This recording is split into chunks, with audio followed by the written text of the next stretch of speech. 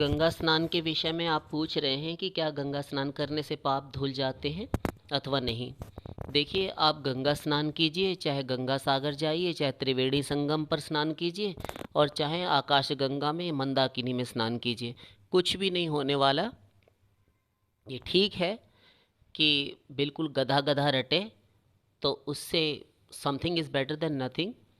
ये तो सिद्धांत है कि कुछ भी ना करने से कुछ करना सदा अच्छा होता है। और गधा गधा रटने से कोई राधे राधे करे तो वो श्रेष्ठ है।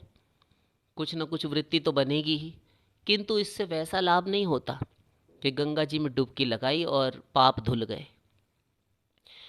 रही बात कि पाप धुल जाएगा, तो देखिए, पाप तो धुलते हैं, पाप धुलते हैं, किंतु उससे पाप करने की मंशा नहीं जाती। मंशा क्या होता है? जो वृत्ति है ना, वृत्ति नहीं परिवर्तित होती, वृत्ति परिणत होना आवश्यक है। हम नहीं समझ पा रहे, क्लिष्ट शब्दों का उच्चारण मत कीजिए, आसानी से बोलिए। तो देखिए, एक तो होता है पाप करना और एक होता है पाप का संकल्प भीतर धरे रहना।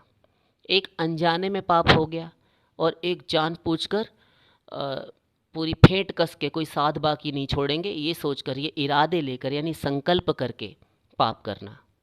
नैष्ठिक पापाचारी दुराचारी जो होता है, जिसकी पाप में निष्ठा है कि इसे किए बिना हमारा गुजारा नहीं है। अभी भी नहीं समझे? देखिए, आसान शब्दों में समझिए। एक अपराधी है और कोई अपराध, किसी मर्डर, किसी जुर्म के अंतर्गत उसको पुलिस पकड़ कर ले गई, जेल हो गई, अनेकों प्रकार के उसके ऊपर मुकदमे और केसेस चले, डाल दिया गया अंदर जेल में, 7 साल कैद बामुशक्कत या उम्र कैद हो गई, जो भी कुछ हुआ। किंतु किसी कारणवश उसका सही सही रवैया, सही सही चाल चलन यदि जेल में देखा, तो 2 अक्टूबर को छुट्टी दी जाती है कई कैदियों को कि चलो तुम ठीक ठाक चले, तुम जाओ।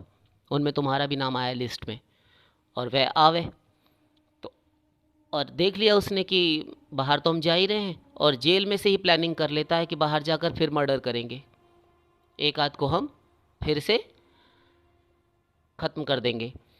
क्योंकि पता है कि जेल में आने के बाद भी रोटी खानी है और वही बाहर भी खानी है। और उसकी अपराध करने की जो मंशा है ना, जो वृत्ति है, जो मन में आदत है, वो नहीं जाती। उसके संकल्प, आइडियाज़ जो है ना, वो सारे चलते रहते हैं।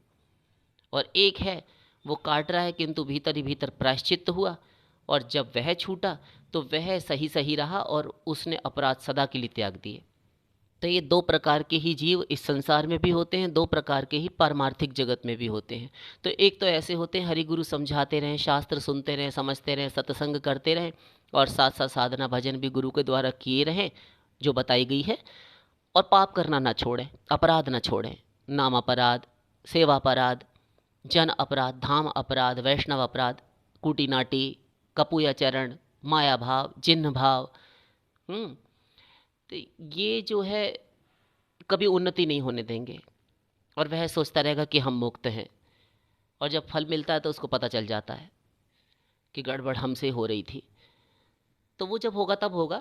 और एक होता है कि सही सही सुधर गया, तो उसको भगवत प्राप्ति हो जाती है, क्योंकि दोनों के भीतर परमात्मा बैठे हैं, तो वो नोट कर रहे हैं ना, इसलिए कि ये बिल्कुल शुद्ध है, ये सही चल रहा है, और ये कपट कर रहा है। तो भीतर बैठे बैठे भगवान लिखते रहते हैं, परमात्मा रूप से जो प्रादेश मात्र ईश्वर बैठे हैं, वे लिखते रहते हैं।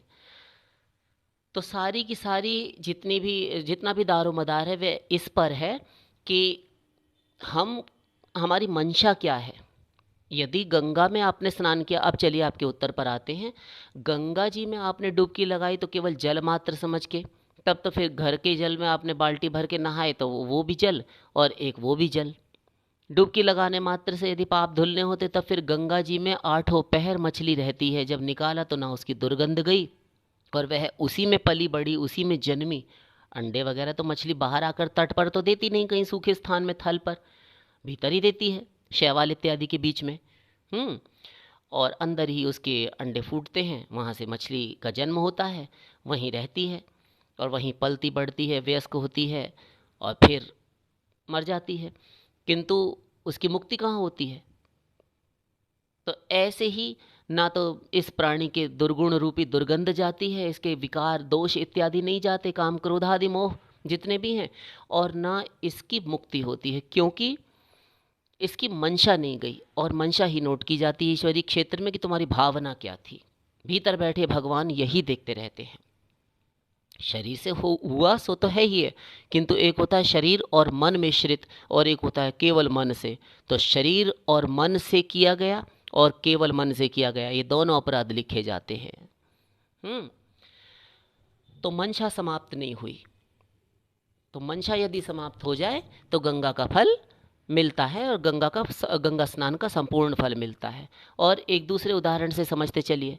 देखिए, एक आप दो तीन बॉटल्स ले लीजिए, शीशी ले लीजिए कांच की, प्लास्टिक की, और उनके अंदर आप एक में नाली का कीचड़ भरिए, एक में मदिरा शराब भरिए, एक में आपको यूरिन पेशाब इत्यादि ये सब भर लीजिए, जो भी गंदी से गंदी वस्तु हैं भरिए, और उनके ऊपर कार्क लगा दीजिए, ढक्कन वगैरह लगाकर, और किसी मजबूत रस्सी या धागे से, और इन तीनों शीशियों को गंगा जी में डुबोइए। और डुबोकर किसी किनारे पर, जो वहाँ चेन लगी रहती है, पकड़कर लोग डुबकी लगाते नहाते हैं, उसी के सहारे पर बांधकर छोड़ दीजिए गंगा जी में। और 1 महीने बाद जाइए फिर अपनी वो शीशियाँ लेने, और निकाल कर लाएंगे तो वह मूत्र, वह गंदी नाली का कीचड़ पानी, और जो भी कुछ उसके अंदर आपने पाखाना वगैरह सब भरा था, वो सब आपको वैसा का वैसा यथावत मिलेगा। और निकाल कर आप जो वो गंदी गंदी वस्तुएं हैं, किसी पंडित जी महाराज को दीजिए। ये क्या है? ये पंडित जी हम थोड़े दिन पहले, 1 महीना पहले लगभग हम लेकर आए थे, इसमें ये सारा मटेरियल था। हाँ, तो फिर अब क्यों लाए हो? ये गंगा जी में हम 1 महीने के लिए डुबो कर छोड़ गए थे, अभी आप इसको लीजिए, और ये मूत्र है, ये किसी आदमी का यूरिन है, तो इसे आप जो है आचमन कीजिए। अब वो पंडित जी महाराज गिन के 10,000 गालियाँ देंगे। अब पंडित जी से आप भिड़ंत कीजिए कि अरे, जब गंगा जी में सब कुछ गंगा बन जाता है और गंगा सबको शुद्ध करती है, तो ये भी तो शुद्ध हुआ ना। अरे, तो गंगा सबको शुद्ध करती, गंगा में वो मिला कहाँ?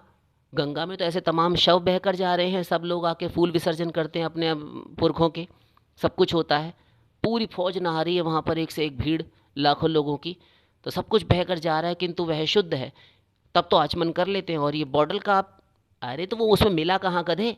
शास्त्रार्थ कर रहा है हमसे। बस इसी प्रकार से है कि आपने तन को धोया किंतु मन को नहीं धोया। मन भीतर गंगा जी में विलीन हो जाता। आपको पहचानना चाहिए था कि गंगा एक भागवती शक्ति है, एक वैष्णवी शक्ति है। आप गंगा सहस्त्र नाम पढ़िए, स्कंद पुराणांतर्गत गंगा के अंदर गंगा के सहस्त्र नाम मिलते हैं। महर्षि वाल्मीकि ने भी गंगा अष्टक लिखा है, तो आप पढ़ सकते हैं। गंगा साक्षात भागवती शक्ति हैं। और वे त्रिताप, 7 प्रकार के पापों को और 3 प्रकार के तापों को धो बहाती हैं, यदि सही सही उनका सेवन किया जाए। तो आपने सही सही प्रकार से गंगा स्नान नहीं किया, गंगा में अपने मन बुद्धि और अपने संस्कार, अपने विचार और अपने जितने भी आपकी कुवासनाएं हैं, इनको विलीन नहीं किया गंगा में, केवल शरीर से सशरीर डुबकी लगाई, तो वह ऐसा अवगाहन, ऐसा मज्जन किसी काम का नहीं है। गंगा का फल बहुत अत्यल्प मात्रा में मिलता है, अथवा यूँ कहें कि मिलता ही नहीं है, क्योंकि गंगा भागवती शक्ति हैं, सर्वज्ञ शक्ति हैं। वे जानती हैं कि कौन कौन मुझ में गोता लगा रहा है मेरे इस जल में। वे सबको जानती हैं कि कौन क्या कर रहा है। तो इसलिए मन को विलीन करना होगा, और अपने जितने भी अपराध हैं, दोष हैं, पाप हैं, जिस समय आप गंगा जी के पुण्य जल में अवगाहन करें, चरण रखें, तो वहीं आपका हृदय फफक पड़े, और गंगा को अंजलि में उठाकर जल और सिर माथे से लगाकर आपकी रुआस छूट पड़े, आप हृदय विदीर्णकारी क्रंदन कर उठें उस गंगा जल के भीतर, आपके अश्रुओं से गंगा यमुना प्रवाहित होती चले, ये त्रिवेणी मिलकर एक हो जाए। जब 2 नेत्रों से निकलने वाली गंगा यमुना और एक गंगा जिसमें आप खड़े हैं, ये यदि एक हो जाए, आपका मन उनमें मिल जाए कि हे जगत जननी, हे त्रिपथगामिनी, हे मंदाकिनी, हे पुण्य सलिला, हे विष्णुपादाब्ज संभूता, मैं तुम्हारे इस जल में अवगाहन करने के लिए खड़ा हूँ। हे परमेश्वरी, हे भागीरथी, मैं सब जगह से मारा हुआ, आक्रांत हुआ, भयाक्रांत तुम्हारे इस पुण्य जल की शरण में हूँ। हे मातेश्वरी, मेरे समस्त पापों को तुम धो बहाओ, मेरा अंतःकरण निर्मल कर दो। और कभी भी इस हृदय में अब पाप वासना का अंकुरण ना हो। इस भाव से, दैन्य भाव से यदि अवगाहन करें और फिर वहाँ से निकल कर जब आए तो तुरंत वहीं से फेंट कस ले कि अब पाप कभी नहीं करेंगे, इस शरीर से अपने जानते में कभी पाप नहीं होने दूंगा, तब गंगा का सही सही फल मिलता है। अन्यथा डुबकी लगाए जाइए, अपने आप को धोखे में रखिए। हमारे यहाँ ऐसा ऐसा नाटक भी होता है कि गंगा जल लेने के लिए लोग जाते हैं, शीशियों में भर भर कर ले आते हैं। हरिद्वार हर की पौड़ी पर आप जाएंगे जब, तो आप पाएंगे हर घाट पर जहाँ जहाँ मंदिर बने हैं वहाँ पर आप पाएंगे छोटी छोटी बॉटल्स, 100-100 ml से लेके 10-10 लीटर तक की बॉटल्स आपको केन मिल जाएंगी, खाली लटकी रहती हैं, दुकानदार बेचते हैं। आप भी गए होंगे तो देखा होगा। तो ये नाटक बहुत होता है कि श्रीवास्तव जी जा रहे हैं और मिस्टर शर्मा बगल में रहते हैं। उन्होंने कहा, अरे श्रीवास्तव जी आप गंगा स्नान के लिए जा रहे हैं? हाँ, गंगा दशहरा है महाराज, हम जा रहे हैं, तो थोड़ा ध्यान रखिएगा घर का। अच्छा जा रहे हैं तो एक डुबकी हमारे नाम की भी लगा लीजिएगा। तब तक वहाँ से रामपाल जी निकल आए, वो भी बोलने लगे कि एक डुबकी हमारे भी नाम की लगा लीजिएगा।